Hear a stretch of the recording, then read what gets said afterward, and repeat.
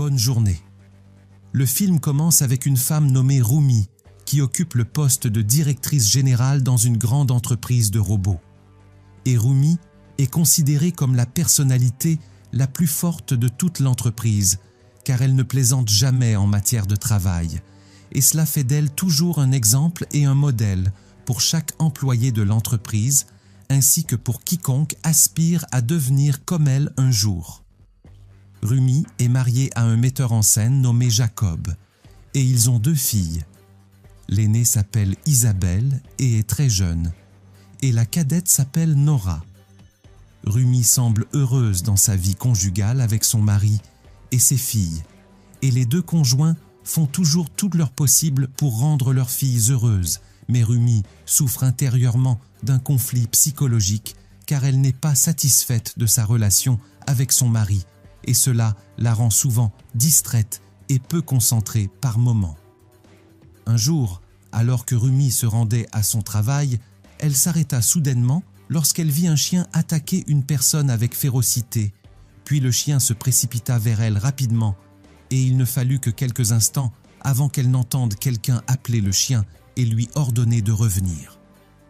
Rumi resta stupéfaite par ce que le jeune homme avait fait, car il avait réussi à maîtriser le chien et à le calmer, tandis que le chien semblait extrêmement heureux en sa compagnie. Rumi continua d'observer le jeune homme et sa manière d'interagir avec l'animal, puis reprit sa route vers le travail, et après son arrivée à l'entreprise, Rumi rencontra son assistante Ismi, qui lui avait présenté un groupe de nouveaux stagiaires. Et soudainement, Rumi découvrit que le jeune homme qu'elle avait vu dans la rue avec le chien était l'un de ses stagiaires, et il semblait évident qu'il avait une grande confiance en lui, ainsi qu'un courage hors du commun, car il était le seul à s'être présenté en déclarant que son nom était Samuel. Il semblait, à en juger par le regard de Rumi, qu'elle était impressionnée par l'audace de Samuel, à tel point qu'elle continua de l'observer puis le rejoignit et lui demanda de lui préparer un café. Rumi interrogea Samuel sur la manière dont il avait réussi à maîtriser le chien dans la rue, et Samuel lui répondit qu'en réalité, il s'agissait d'une chienne et non d'un chien, et par conséquent, il savait très bien comment se comporter avec n'importe quelle femelle, que ce soit parmi les animaux ou parmi les humains, et il semblait que Rumi fût séduite par sa réponse.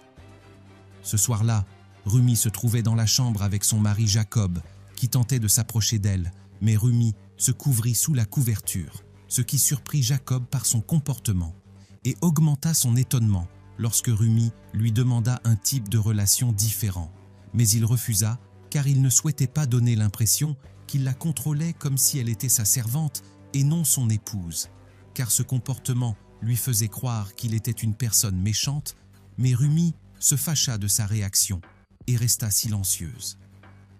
Le lendemain, lors d'une fête dans l'entreprise, Ismi informa Rumi que le conseil d'administration avait inscrit son nom parmi les superviseurs de la formation des nouveaux stagiaires, afin qu'ils puissent bénéficier de sa vaste expérience. Mais Rumi ne prêtait pas vraiment attention aux propos d'Ismi, car elle se concentrait du regard sur Samuel et observait sa manière d'interagir avec ses collègues, en particulier avec les femmes. Rumi sortit sur le balcon pour prendre l'air et fut surprise par l'apparition de Samuel, qui lui annonça qu'il l'avait choisi pour être la superviseure de sa formation dans l'entreprise. Mais Rumi tenta de lui expliquer que la décision de superviser les stagiaires restait entre les mains du conseil d'administration et qu'elle ne trouverait peut-être pas suffisamment de temps pour assumer cette tâche. Mais Samuel ignora ces paroles et insista pour fixer la date de leur première rencontre en lui disant qu'il attendait sa présence. Il est évident que la manière de communiquer de Samuel avait attiré Rumi, car elle ressentait le besoin que quelqu'un la domine, comme en témoignait son regard qui reflétait son désir de se rapprocher davantage de lui. Et après la fête, Jacob parla avec Rumi de sa nouvelle pièce, mais Rumi ne l'écoutait pas, ce qui le mit mal à l'aise et l'amena à lui demander si elle était toujours intéressée par lui. Rumi s'excusa et l'enlaça en justifiant son inattention par son état d'esprit préoccupé. Le lendemain, Rumi entra dans l'ascenseur en se dirigeant vers son bureau et fut surprise de voir Samuel monter avec elle, qui lui rappela de ne pas oublier leur rendez-vous de formation prévu ce jour-là. Mais Rumi lui dit qu'elle devait d'abord consulter son emploi du temps avant de décider si elle le rencontrerait ou non. Mais Samuel interrompit son discours et complimenta sa coiffure en précisant que celle-ci lui allait très bien. Rumi se sentit nerveuse et sortit précipitamment de l'ascenseur mais continua d'observer Samuel depuis son bureau pendant qu'il parlait avec Ismi. Et à la fin de la journée, Rumi alla vers Samuel et entama avec lui la première session du programme de formation. Mais Samuel dévia du cadre défini du programme de formation et lui demanda des informations sur sa carrière. Et Rumi lui raconta en détail son diplôme obtenu à l'université et ses difficultés lors des premiers examens jusqu'à ce qu'elle soit acceptée dans la première entreprise à laquelle elle avait postulé. Samuel écoutait Rumi avec une grande attention et lui posait davantage de questions tandis que Rumi lui répondait sans aucune réserve. Et soudainement, Samuel déclara à Rumi que sa personnalité n'était pas aussi forte qu'elle le paraissait aux yeux des employés de l'entreprise et qu'elle avait besoin que quelqu'un prenne en main les choses à sa place, car elle finirait par se lasser de jouer le rôle de la contrôlante sur tout son entourage.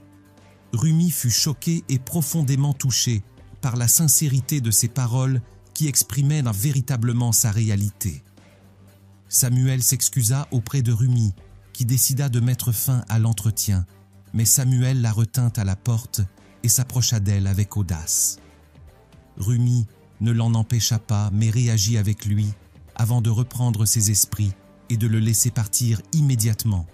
Et le lendemain, alors que Rumi s'apprêtait à quitter l'entreprise, Samuel la suivit et lui demanda la date de leur deuxième rencontre. Mais Rumi tenta de l'esquiver, en expliquant qu'elle avait un engagement important et qu'elle le lui communiquerait ultérieurement pour la prochaine session de formation.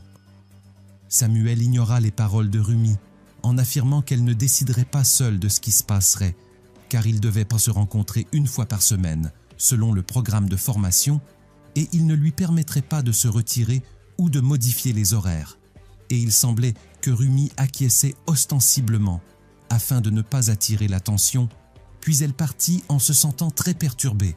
Quelques jours plus tard, nous voyons Rumi sur scène avec son mari Jacob, qui allait présenter la première représentation de sa nouvelle pièce. Mais il fut surpris lorsque Rumi lui demanda la permission de partir en justifiant son départ par le fait qu'elle avait un travail important. Mais Jacob lui dit que ce jour était le plus important pour lui et qu'il souhaitait sa présence à ses côtés. Mais Rumi s'excusa et partit. Ce jour coïncide avec le rendez-vous de Rumi avec Samuel. Et lorsqu'elle arriva à son bureau dans l'entreprise, Rumi trouva une note sur son bureau de la part de Samuel qui y avait écrit qu'il avait changé la date de leur rendez-vous et qu'il l'attendrait le lendemain à l'hôtel où il séjourne, et il semblait que Rumi n'avait pas pu résister à son désir de se rapprocher de lui. Alors elle se rendit à l'hôtel à l'heure convenue. Rumi confronta Samuel et lui dit qu'elle n'aimait pas sa manière de la traiter et accepta de venir vers lui afin de mettre fin à son comportement inacceptable envers elle. Mais Samuel ne lui répondit pas un mot. Il se mit soudainement en mouvement et tenta de s'approcher d'elle de force, si bien que Rumi résista pendant un moment avant de céder finalement, car elle se sentit enjouée par ce qui se passait. Mais Samuel refusa de poursuivre ce qu'elle désirait et l'emmena au bout de la pièce. La fit se tenir debout, le visage tourné contre le mur, comme s'il la punissait, telle une élève à l'école. Samuel dit à Rumi qu'il comprenait très bien sa personnalité et savait qu'elle désirait que quelqu'un la domine. Alors Rumi admit que ses paroles étaient justes et lui expliqua que la première fois qu'elle l'avait vue avait éveillé en elle un désir enfoui depuis des années, puis elle éclata en sanglots. Samuel la serra dans ses bras comme si elle était une petite fille, et finalement Rumi céda à ce désir et s'approcha de lui avec toute son audace. Depuis ce jour, Rumi et Samuel se rencontraient secrètement à plusieurs reprises et étaient devenus si proches l'un de l'autre que Rumi était extrêmement heureuse que Samuel soit le dominant dans leur relation et qu'elle exécute sans objection tout ce qu'il lui demandait. Et un jour, Rumi rentra chez elle après avoir terminé son travail et fut surprise de trouver Samuel avec son mari Jacob et ses filles. Samuel lui dit qu'elle avait oublié son ordinateur portable dans l'entreprise et qu'il avait donc décidé de le lui apporter lui-même. Il était évident que Jacob et les filles de Rumi avaient été impressionnés par la personnalité de Samuel, surtout lorsqu'ils découvrirent qu'il était un jeune homme persévérant travaillant dans un bar en parallèle de sa période de stage dans l'entreprise en attendant sa nomination officielle dans l'entreprise. Et plus tard, Rumi avertit Samuel de ne plus venir chez elle en expliquant que son mari et ses filles étaient la chose la plus importante dans sa vie et lui assura qu'elle ne les perdrait pas quoi qu'il arrive, et lui dit également qu'elle ne le rencontrerait plus en privé car ce qui s'était passé entre eux était une erreur commise dans un moment de faiblesse. Les jours passèrent et Samuel en vint à ignorer complètement Rumi dans l'entreprise à tel point qu'il quittait chaque bureau dans lequel elle entrait. Et un jour, Rumi saisit l'occasion de le trouver seul sur le toit de l'immeuble et s'adressa à lui pour lui parler, mais il la surprit en lui disant qu'il ne souhaitait pas qu'elle soit la superviseure de sa formation, mais qu'il comptait déposer une demande officielle pour être formé sous la supervision d'une autre personne. Rumi se sentit nerveuse et le mit en garde en lui disant que l'entreprise pourrait mener une enquête à ce sujet et découvrir la nature de leur relation et que cela pourrait la conduire à perdre son emploi. Mais Samuel lui répondit que cela n'avait aucune importance pour lui. Lors de la séance d'entraînement privée de Samuel, Rumi essaie de le persuader de revenir sur sa décision et lui explique qu'elle a 20 ans de plus que lui et que la poursuite de leur relation pourrait lui nuire à l'avenir et affecter sa vie, auquel Samuel répond en lui disant que sa vie se déroulait bien pendant leur relation, contrairement à la sienne qui était devenue chaotique depuis qu'elle s'était éloignée de lui, précisant que la solution idéale pour tous les deux serait de retrouver la relation telle qu'elle était. Samuel avertit Rumi que cette fois, c'est lui qui établira les règles et qu'elle doit s'y conformer entièrement sans aucune objection. Et il la menace d'informer l'entreprise de leur relation et de la dévoiler si elle insiste pour s'éloigner de lui.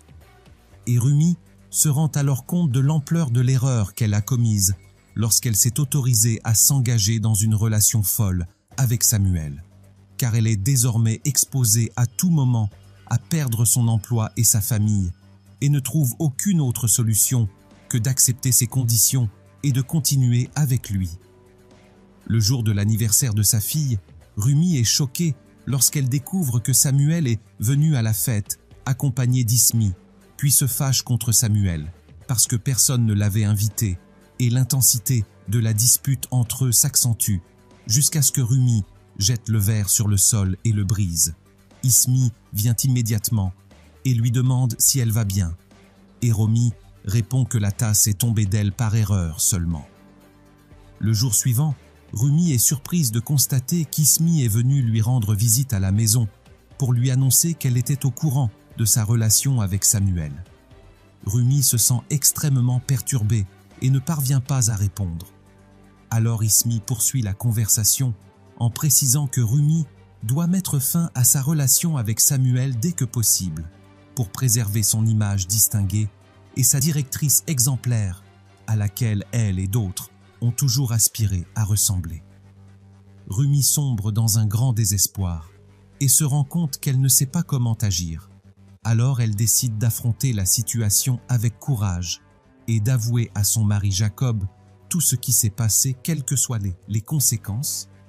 Puis elle lui dit que pendant une période non négligeable, elle n'était pas satisfaite de leur relation conjugale et que ce sentiment l'a conduite à la faiblesse et à le tromper avec un autre homme, mais elle lui ment en affirmant que cela n'est arrivé qu'une seule fois et qu'elle ne connaît pas vraiment cet homme car elle l'a rencontré au bar et ne l'a plus revu.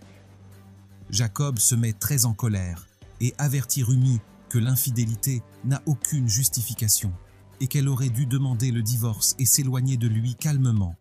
Et il lui rappelle qu'elle a détruit la vie de ses deux filles, car elle les éloignera de lui, puisqu'il ne lui permettra plus de rester dans sa vie après ce qu'elle a fait, puis il lui demande de quitter la maison immédiatement et de ne plus y revenir. Rumi quitte effectivement la maison et se rend dans la maison de campagne, et elle est surprise de constater que Samuel y est présent, car il avait l'habitude de la rencontrer dans cet endroit auparavant. Rumi informe Samuel de ce qui s'est passé entre elle et Jacob, qui entre dans l'endroit et découvre que Samuel est bien la même personne avec qui Rumi l'a trompé, et que leur relation a duré longtemps et non pas une seule fois comme Rumi l'avait prétendu. Jacob perd le contrôle de ses nerfs et se met à frapper Samuel alors que Rumi intervient pour les séparer et tente de s'assurer du bien-être de Jacob. Mais il la repousse, puis Samuel s'approche de lui et lui offre de l'eau et reste à ses côtés jusqu'à ce que son état de santé se calme, et il lui présente ses excuses pour ce qui s'est passé et quitte la maison. Et après quelques jours, nous voyons Rumi assise seule à la maison, incapable d'aller travailler en raison de la grande tristesse et du remords qui ne la quittent jamais. Un autre jour, Isabelle demande à Rumi de rentrer à la maison et lui dit que Jacob n'est pas bien parce qu'il ne mange pas, ne parle à personne et dort dans le théâtre, refusant de rentrer à la maison. Alors Rumi se rend à lui dans le théâtre et lui présente ses excuses en espérant qu'il lui pardonne, et lui dit qu'elle ne peut pas vivre sans lui. Et alors Jacob lui pardonne et ils reprennent ensemble leur vie normale. Après le retour de Rumi au travail, un employé entre pour lui annoncer que Samuel a quitté l'entreprise et qu'il s'est rendu au Japon pour y travailler, et il lui fait allusion de manière à montrer qu'il est au courant de la relation qu'elle avait avec Samuel. Rumi lui répond en affirmant que quiconque pense menacer de dévoiler sa relation avec Samuel se trompe, car elle ne se soucie plus de ce que lui ou d'autres pourraient bon savoir, même si cela devait atteindre le conseil d'administration de l'entreprise. Puis elle met fin à leur conversation et le chasse de son bureau.